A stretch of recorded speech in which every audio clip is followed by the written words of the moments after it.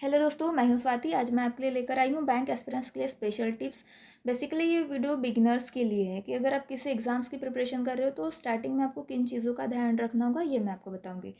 तो चलते हैं। सबसे पहले मैथ्स है। मैथ्स आपका बैंक एग्ज़ाम में बहुत अहम रोल प्ले करता है। तो इसमें क्या क्या चीज़ें आपको याद रखनी है। सबसे पहले आता है बोर्ड-मास रूल। बोर्ड-मास रूल एक ऐसी चीज़ है ना कि जो आपको हर एग्ज़ाम में काम में आएगी, चाहे वो परसेंटेज हो, चाहे वो एवरेज का हो या वो प्रॉफिट लॉस का हो। हर क्वेश्चन में आपको बोर्ड-मास रूल देखने को मिलेगा, तो ये आप अच्छे से पढ़ लीजिएगा। उसके बाद स्क्वायर्स 1 से लेकर 30 तक के याद कर लीजिए। क्यूब 1 से लेकर 20 तक मिनिमम आपको याद होना ज़रूरी है, और 1 से 50 तक के टेबल्स याद होना ज़रूरी है। अभी आप बोलोगे कि भैया स्क्वायर और क्यूब तो हम एग्ज़ाम में निकाल सकते हैं क्योंकि हम शॉर्ट ट्रिक के थ्रू हमें निकालना आता है। ऑब्वियसली आप निकाल सकते हो, लेकिन बैंक एग्ज़ाम में ना एक एक सेकेंड्स बहुत मैटर करता है, तो वहाँ पे हमें 2 सेकेंड्स गंवाना भी एक रिस्क लेना होता है। इसलिए स्क्वायर और क्यूब आप पहले से ही याद करके रखिएगा। ठीक है, नेक्स्ट देखते हैं रीजनिंग का। तो रीजनिंग में आपको ए से जेड तक के नंबरिंग्स याद होने बहुत ज़रूरी है।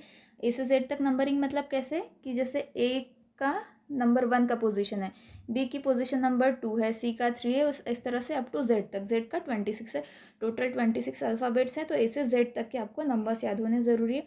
उसी के साथ साथ आपको अपोजिट अल्फ़ाबेट भी याद रखने ज़रूरी है। अपोजिट अल्फ़ाबेट मतलब कैसे कि ए का अपोजिट जेड है, बी का वाई है, सी का एक्स है, उस तरह से। ठीक है, नेक्स्ट आपको जनवरी से लेकर दिसंबर तक के नंबर ऑफ़ डेज़ याद होना ज़रूरी है कि जैसे कि जनवरी में 31 डेज़ होते हैं, फरवरी में 28 या 29 डेज़ होते हैं, मार्च में 31 डेज़ होते हैं। उस तरह से अप टू दिसंबर तक आपको नंबर ऑफ़ डेज़ याद होने ज़रूरी है। ये हमको कहाँ पे काम में आएगा, आपको पज़ल्स में काम में आएगा। जब मंथ बेस्ड पज़ल आती है ना, उसमें आपको ये चीज़ें काम में आएगी। तो सेम आपको एग्ज़ाम्स में आपका टाइम बचे, इसलिए आपको पहले से याद होना बहुत ज़रूरी है। उसके बाद आता है डायरेक्शन। डायरेक्शन आपको याद होना बहुत ज़्यादा ज़रूरी है। डायरेक्शन का कैसा होता है ना कि चाहे आप ऑर्डर रैंकिंग का करो या फिर आप पज़ल करो। पज़ल में भी क्या होता है, जैसे डायरेक्शन बेस्ड पज़ल आ जाती है, फ्लोर बेस्ड पज़ल, सर्कुलर आ जाती है, उसमें आपको डायरेक्शंस याद होना बहुत ज़रूरी है क्योंकि टाइम पे आप कंफ्यूज ना हो जाए।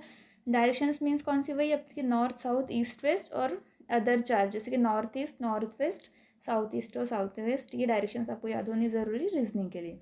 नेक्स्ट आता है इंग्लिश। इंग्लिश में सबसे ज़्यादा ज़रूरी है तो रीडिंग, रीडिंग एंड रीडिंग। अब पढ़ना क्या है, रीडिंग मीन्स कुछ भी नहीं पढ़ना है। अब पढ़ रहे हो तो कुछ ऐसा पढ़ो जो हमारे एग्जाम पॉइंट ऑफ व्यू से हो। तो हमें क्या करना है, रीडिंग न्यूज़पेपर पढ़ना है, और साथ ही साथ आपको एडिटोरियल पढ़ना है, क्योंकि एग्जाम में वही न्यूज़पेपर या एडिटोरियल में से ही कुछ पैसेजेस उठा के वहाँ में दे दिए जाते हैं। इसलिए आपको न्यूज़पेपर, एडिटोरियल पढ़ना है ताकि आपकी रीडिंग भी स्ट्रांग हो, और उसी के साथ साथ क्या होगा, आपका जनरल अवेयरनेस भी स्ट्रांग होगा। नेक्स्ट आपको ग्रामर के बेसिक्स रूल्स याद रखने हैं। बेसिक्स रूल मीन्स कैसे कि स्टैंडर्ड 1 से लेकर 10 तक आपने जो भी इंग्लिश के रूल्स पढ़े वो आपको याद रखने होंगे। नेक्स्ट जनरल नॉलेज है। जनरल नॉलेज में आपको क्या क्या याद रखना है, CCC, कंट्री कैपिटल करेंसी, और साथ ही साथ उनके PM।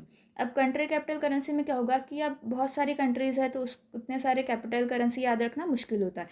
तो एग्ज़ाम में कुछ इस तरह से पूछता है कि जैसे आज आपकी एग्ज़ाम है तो आज से 3 महीने पहले तक के जो करंट अपना अफेयर्स है, तो उसमें से कौन सा टॉपिक आपका ट्रेंड में चल रहा है। जैसे आज आपका ट्रेंड में चल रहा है तालिबान, अफ़गानिस्तान, अमेरिका का इशू चल रहा है, आप भी जानते हैं। तो एग्ज़ाम में ये नहीं पूछेगा कि तालिबान और अफ़गानिस्तान के बीच में क्या इशू है। एग्ज़ाम में ये पूछेगा कि तालिबान की करेंसी क्या है, ठीक है, अफ़गानिस्तान की कैपिटल क्या है, या फिर अमेरिका के प्रेसिडेंट अपना प्राइम मिनिस्टर कौन है, ऐसा सवाल पूछते हैं। ठीक है, तो जो आपकी कंट्री ट्रेंड में चल रही है उसके आपको कैपिटल करेंसी PM याद होना ज़रूरी है। वैसे तो आप बाकी अदर भी कर लेंगे तो भी ज़्यादा अच्छा है। उसी के साथ साथ आपको नेशनल पार्क्स याद रखने हैं, फोक डांस याद रखने हैं, कौन सा स्टेट का कौन सा फोक डांस है और कौन सा स्टेट के नेशनल पार्क्स क्या है वो आपको याद रखने ज़रूरी। उसके बाद मोस्ट इंपॉर्टेंट है बैंक हेडक्वार्टर, टैगलाइन और MDCO। क्योंकि आप बैंक एग्ज़ाम दे रहे हो तो बैंक्स, उसके हेडक्वार्टर, उनके टैगलाइन और MDCO पता होना बहुत ज़रूरी है। इसमें भी सेम वही होता है कि बहुत सारी बैंक्स है, बैंक्स के हेडक्वार्टर तो याद हो जाएंगे लेकिन उनके टैगलाइन सभी के अलग अलग होती है तो याद रखना मुश्किल है। तो उसका भी सेम फंडा वही है।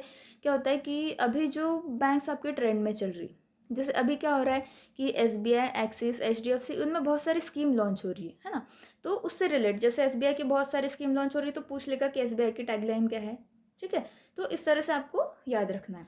ओके, आज के लिए बस इतना ही। जानकारी अगर आपको अच्छी लगी हो तो लाइक कर दीजिएगा, और इससे रिलेटेड और भी अगर आपको जानकारी चाहिए हो तो मुझे कमेंट बॉक्स में कमेंट कर दीजिएगा।